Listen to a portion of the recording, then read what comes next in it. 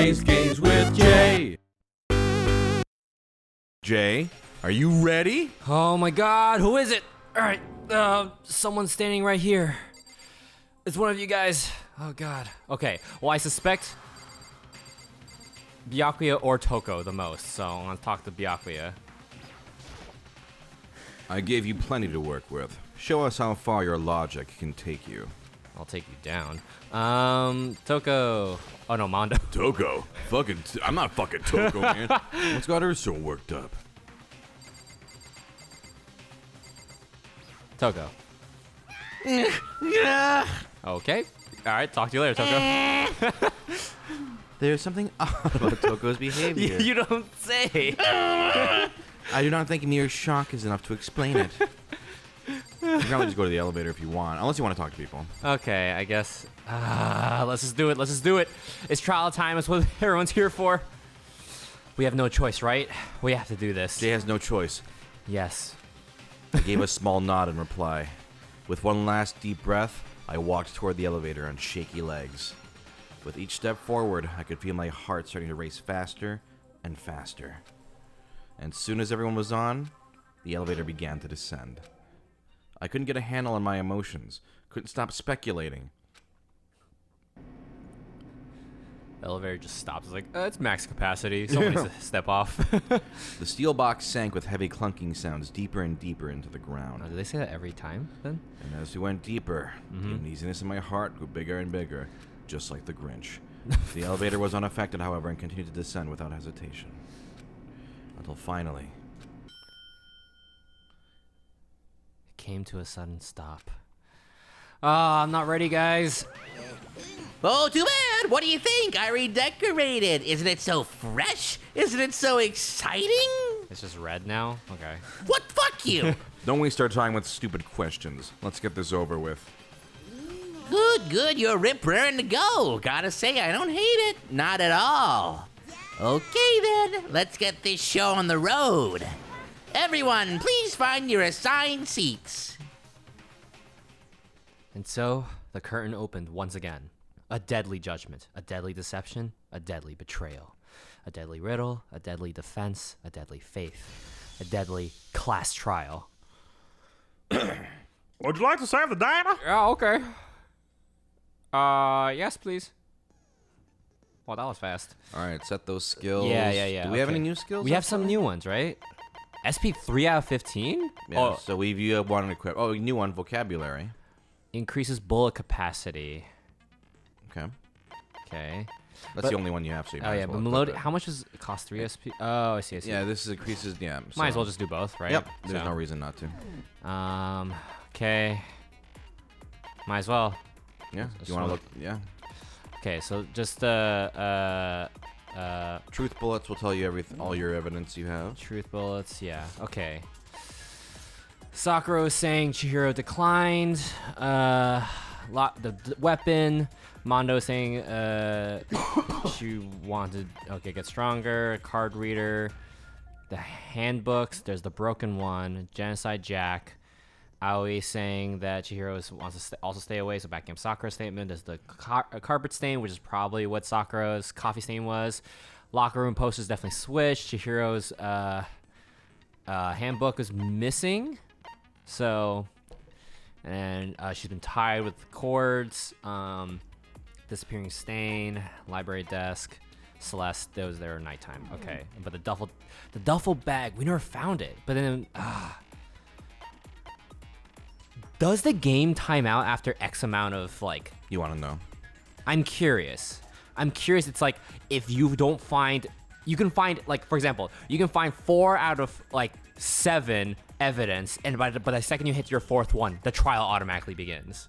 Do you want to know the answer to that? I don't think that would spoil me too much. It lets you get all the information you need. Oh, okay. Yeah. Okay. Then, that this is meant to stump me. All right.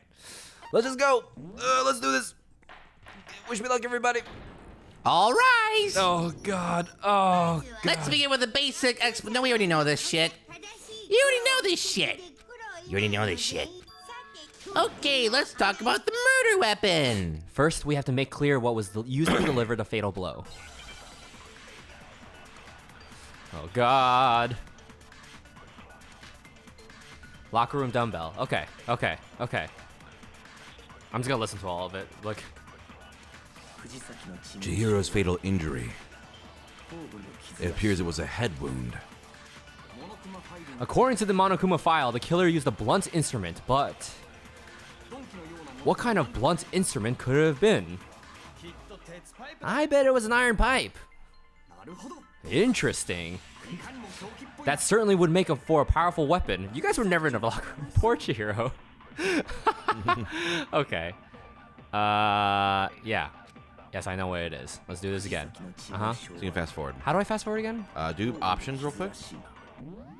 Go down. Controls.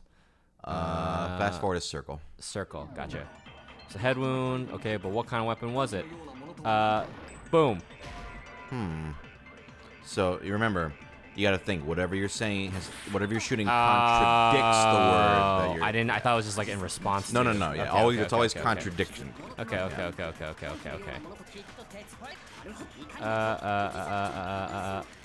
Let's see. Okay, let's try this again. Head wound. Wait, no, it Does a wasn't. dumbbell contradict a head wound, Jay? I'm stressed. It was a head wound. Oh, the iron pipe. No, it was not. No. Jesus Christ. Meanwhile, Byakuya is just like, What the hell, Mr. Idiot? I guess I trust the wrong person. Huh. Okay. Yigari. I will now present the evidence. Finally. Can we agree that the object that dealt the fatal blow was a dumbbell found at the scene of the crime? It was covered in blood, and there was nothing else at the scene that could have caused that kind of injury. And the wound on the victim's head is consistent with the shape of the dumbbell. Oh, I don't remember that detail. Oh, God. As far as I'm concerned, there's no mistake and no room for doubt on this one. You looked at her head wound? Yeah, it's so creepy. If you don't mind, I will proceed from here. Let's move on to discussion of the culprit. Although I believe the criminal behind this heinous act is already quite clear. What? For real? Chihiro's killer is the fiendish serial killer Genocide Jack. Genocide Jack, the fiendish serial killer. Did he really kill Chihiro? A new element has been added. Wanna listen? Sure. There you go. Sometimes lines of white noise appear to disrupt your reactions. Your truth bullets will disappear if they hit those, so think of them as obstacles in your debate. Oh, what the fuck? But there's a way to keep this white noise from getting in your way. Press the X button to attach the silencer, which you can use to shoot the white noise. However, if you shoot an actual remark with your silencer instead of the white noise, the time limit will decrease. So take careful aim. What is this? Oh, but if your action difficulty is set to gentle, no, we're on regular, I think. No, okay. So Okay. What does it look like? Okay, I guess you'll see. All right. Genocide Jack case file. All right. The culprit is Genocide Jack. I'm sure of it. Oh, is that the white noise? Case closed as far as I'm concerned. But that's impossible. Why? What makes it impossible? Well, I mean, come on. There's just no proof for it. Hey, so speaking of Genocide Jack, I don't know who that is. Who the fuck is Genocide Jack? That's a crazy ass name. Okay. What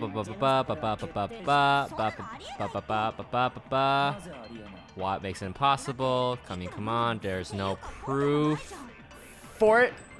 There we go. There you go.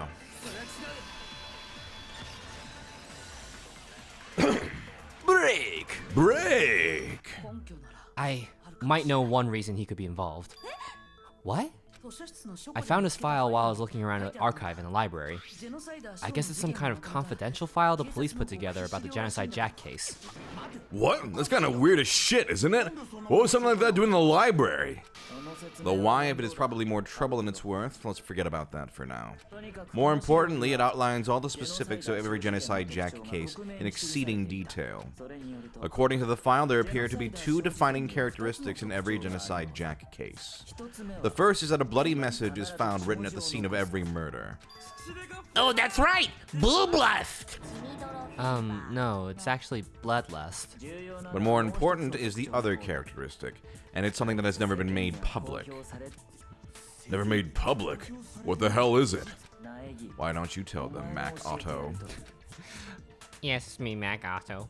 The other characteristic of every Genocide Jack case, which the world at large doesn't know, if I'm not mistaken, it has something to do with the positioning of the body.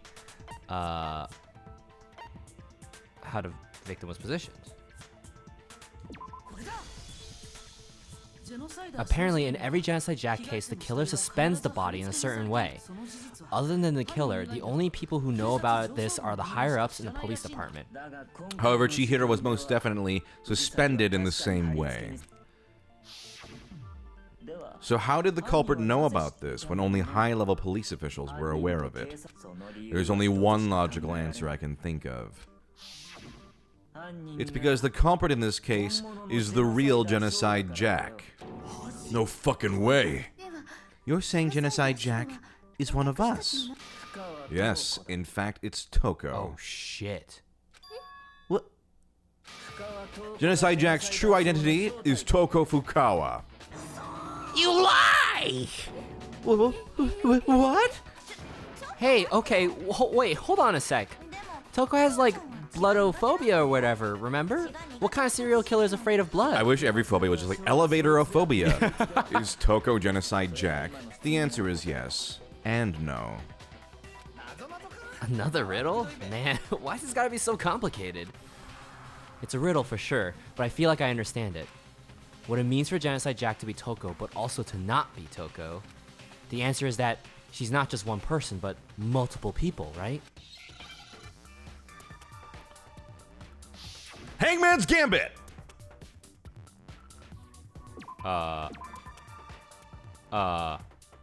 What? Hangman's Gambit! What? What does that spell? Hold on. I was like dissociative personality, split personality, but this doesn't spell any of that. I'll give you a hint. It's not a very kind way of saying this, I'll say.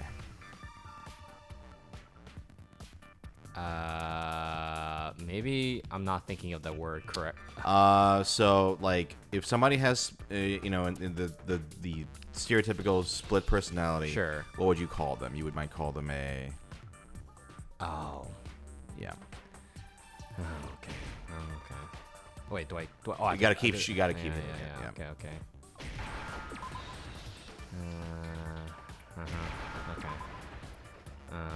Dude, Makoto sucks. Yeah. Not a very dated. Yeah. Okay, that's not nice. That's not nice. Mac Otto, you need to be a better person. Is it because Genocide Jack has a split personality? Huh? I think I read that somewhere in the file too. They thought that the suspect might have, what did they call it? Dissociative identity disorder? Okay, but still, to go and say that about Miss Fukawa is... Perfectly acceptable. Toko's strange behavior after seeing the body is proof enough that she has a split personality. The one that shows Toko could have had a split personality. It has to do with her behavior. What shows she could have a split personality? Her behavior changed, right? Because she started like acting weird. Or no, she fainted at the scene. She arrived late.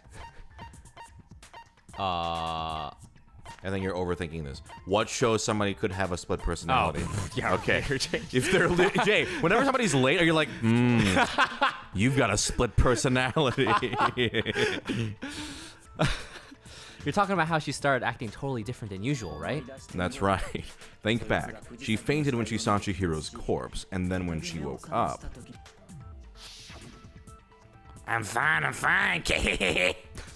What was that dead body here? You dead? Yeah. She must have hit her head real hard when she fainted. The world's in front of the back, happening in the bottom. Okay. Yeah, okay. She was acting funny, that's for sure. That melancholy tone of hers totally completely disappeared. Don't go assigning adjectives to my tone without permission. Not to mention when she regained consciousness and saw Chihiro's body again, she was utterly calm. In other words, within her is one personality that can't handle blood, and one that obviously can. So when Toko trapped herself in her room, it's because she was scared of Genocide Jack? I'm about to kill him. The reason she locked herself in her room wasn't to keep other people from getting in. It was to keep her other personality from getting out. What? Toko was afraid of the murderous fiend inside of her, of killing even more people. How? Yeah, how can you know all this? I do believe you misunderstood her. What she's trying to say isn't, how can you know all this? No, what she wants to know is, how could you tell them? Huh? Last night, just before Monokuma gave his motive speech, Toko and I had a strange conversation. She told me a most interesting story. She said a murderous fiend lived within her, and she was afraid it could appear and attack at any time. And that trepidation is what's caused her to have such a bleak attitude. Isn't that right, Toko? This is all a lie, right, Toko? You said you wouldn't tell anyone! What? Promised! I can't believe you lied! You have only yourself to blame. You came to me with your tragic little story. I didn't ask you to. This is the real world, not some romantic fantasy fairy tale. Besides, you broke your promise first. You said that as long as you were here, no matter what, you wouldn't let Genocide Jack kill anyone. But in spite of that promise... You said if I kept my promise, you would go out with me. Oh, That's the only reason I promised. Toko. How many times do I have to tell you? I never said that. But you weren't able to do it. You just couldn't resist that rush you got from killing, could you? I tried. I swear I tried to control it, but your efforts were useless. What a disappointment. I hate you. Well, the opening act is nearly finished. All that's left is to hear from the person in question directly. The person? You don't mean... Toko's body suddenly lunged backwards. A huge thud echoed across the courtroom, but in the next second... Oh, God. Well, hello there. Is it me you're hoping to see? God, ew, what the fuck? So you figured it out, huh? Well, whatever. What are you gonna do? I'm the ultimate murderous fiend, Genocide Jack. Or better yet, let's go with Genocide Jill. What the fuck is this? Toko, what happened to you? Not Toko, that's a loser name. And what happened is a textbook split personality. So what if one of them happens to be a serial killer? You should turn a blind eye to one's faults. Oh my God. She's so intense. Like they say, sound and murderous mind, sound and murderous body. This one is so different from the one we've come to know. Yes, well, the world is composed of a front and a back, you know. Just like how every inning has a top and a bottom, or how in the depths of every truth lives a little lie. Behind every dark and gloomy soul lives another that shines as bright as the sun. This is the murderous fiend Genocide Jack? This is beyond insane. Miss Jack, or Jill, can I ask you a question? What's up? Some of us think you might be the mastermind behind our entire situation. What are your thoughts on that? Well, I'll tell you, I am the mastermind of all masterminds. Just kidding. Then it's not true. Of course it's not true. How dare you try to link me to that creepazoid? And another thing, the police and government and society and the outside world are totally powerless. I mean, they just let this idiotic, bloodthirsty maniac go buck wild all over town.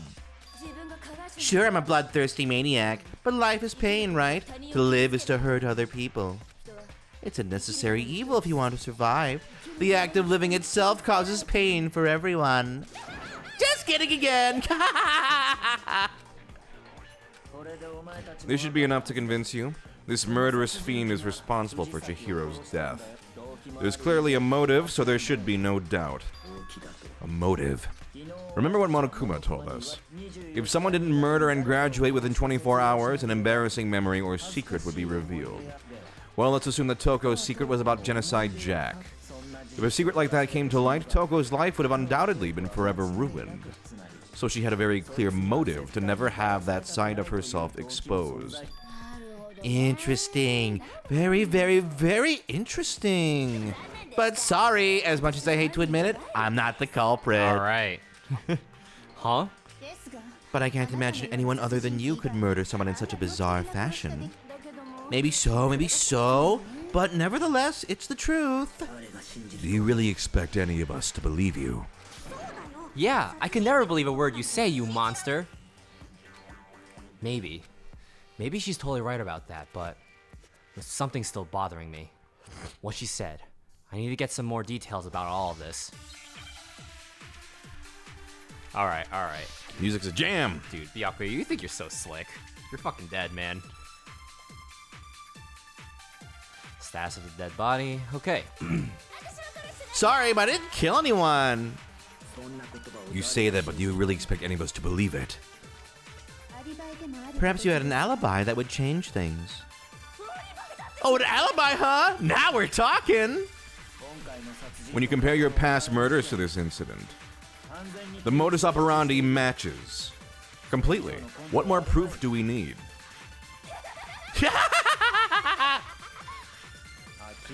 Give it up. You killed her. Oh, I got you, man. Oh, ba ba ba ba ba ba ba ba ba ba ba ba ba.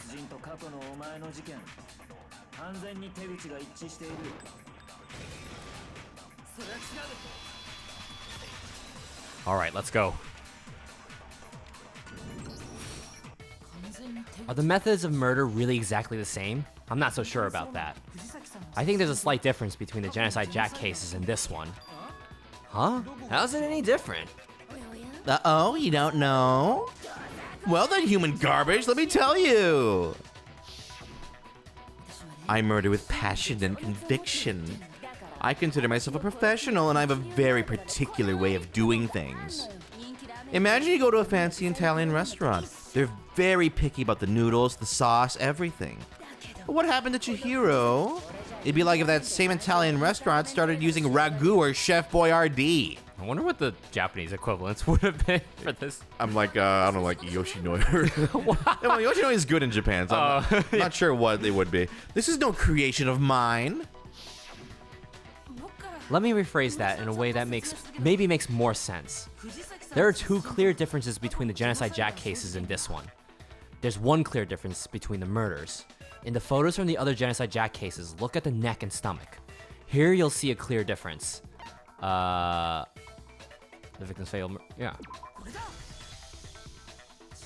For one, the cause of death is different. In the Genocide Jack murders, all the victims were killed the same way.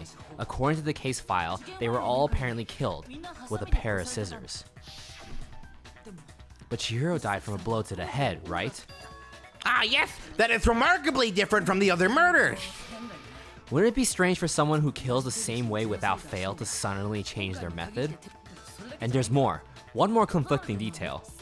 That's right. In my recipe of murder, if the bloody message is the tortellini, then the arrangement of the body would be the pesto sauce. Could you please stop comparing killing people to cooking? So, are you saying the other differences have other difference has to do with how the body was arranged? That's right. The second difference is related to how she was suspended. In the photos of the other Genocide Jack cases, all the other victims were stabbed through their hands. Here, you'll see a clear difference. There we go. Do you remember what the killer used to suspend her? They used some kind of rope to hang her up by her wrists. What is your point?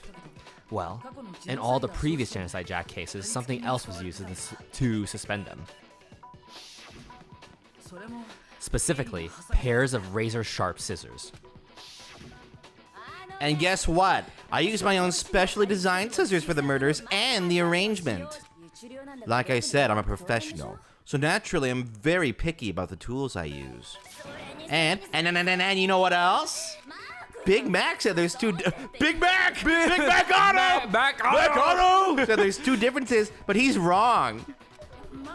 Big Mac Auto? Are you referring to me?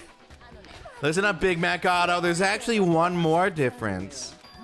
Huh? My word, you really didn't notice? Take a look at who the victims were in each Genocide Jack case.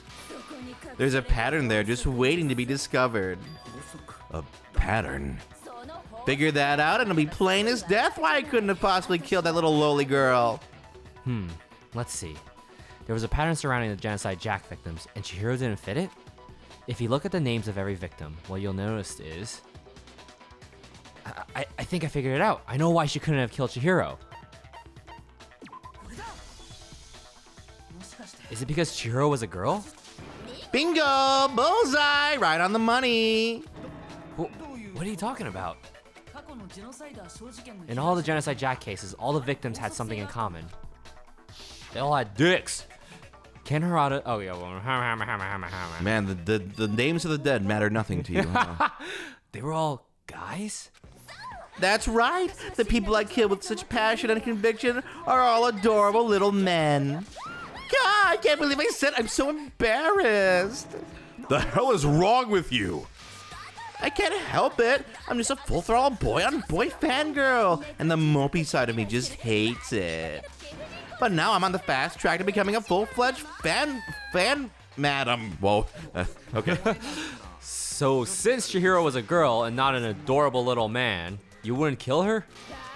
Would an Italian chef suddenly start making ramen just because they're both noodles? Don't be stupid. I mean, I don't know. Maybe the Italian chef really likes... Ramen? Yeah. I don't know. I have too much passion and conviction to cross that line. That's the absolute reality of the one and only. We get it. You've clearly explained your hobby and your philosophy, but that's not all there is to it. It's a different matter entirely when you're forced to kill in order to survive. Quiet, lowly cur. Lowly cur. I would never kill for a reason as petty as mere survival. And if by some fluke I did kill to survive, why would I bother with the message and arrangement? It'd make me the obvious suspect. That does make some amount of sense. Plus, whatever reason I have for killing, I would never leave out my prize scissors. Who would go out of their way to use a big, stupid, heavy dumbbell? Maybe you used the dumbbell because you couldn't find any scissors in the school? Any scissors? I don't use just any scissors. I only use my own set of high-class, envy of the entire world scissors. Okay, whatever. There still aren't any in the school. Are you sure about that? Da-da-da-da! Oh, shit. She's fully equipped. That's right, so I can kill anywhere, anytime. Why would I resort to dumbbells or rope when I have my trusty scissors by my side? Oh, go ahead. Tell me I'm wrong. You can't, can you? Gutter dogs, all of you. Not to mention, I have no clue how to tie a good knot, so rope's totally out of the question anyway. I have no idea what's going on anymore. Could such a heinous villain really be innocent? But the body really was suspended, right? And nobody but the police knew about that. Yeah, that's why we figured it had to be the real deal and not some copycat killer or whatever. Actually, hold on. There is one person. One person who could have copied the Genocide Jack cases.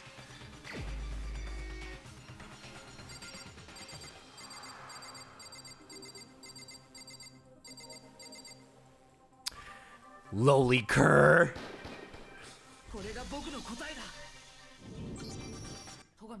Byakuya, it's possible you could have found out, isn't it? You'd have no problem gaining access to classified government documents or internal police records. Plus, you'd already looked through the Genocide Jack file before this all happened, hadn't you? Are you saying Mr. Togami did it?